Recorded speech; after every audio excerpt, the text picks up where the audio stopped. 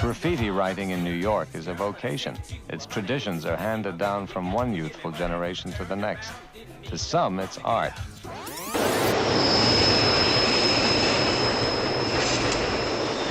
Old car and shit, that was a scroll, like, one of those scrolls. Then on the next car, it was a scheme that had, a cop character, a police nigga with a stick, in the back. What design you put around the Society should go down in the subway and lock them all up, put them hundreds down there. It is dangerous down there. People that work down there 25 and 30 years have access.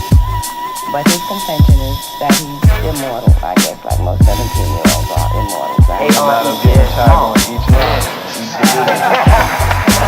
Man, Mars, M.A.R.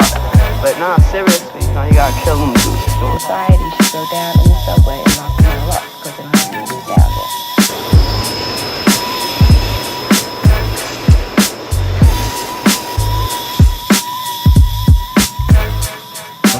Niggas doing their names big. So let me do one at least, cause I'm, down with art already.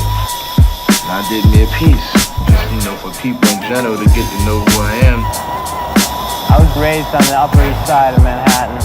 I went to a sort of strict prep school in the Bronx, right, Riverdale Country School.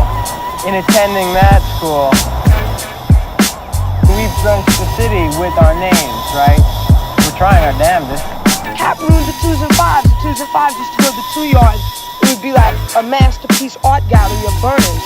From all these dudes from the Bronx and Brooklyn, the Def WildStyles. Now you go to 2 yard, it's all destroyed.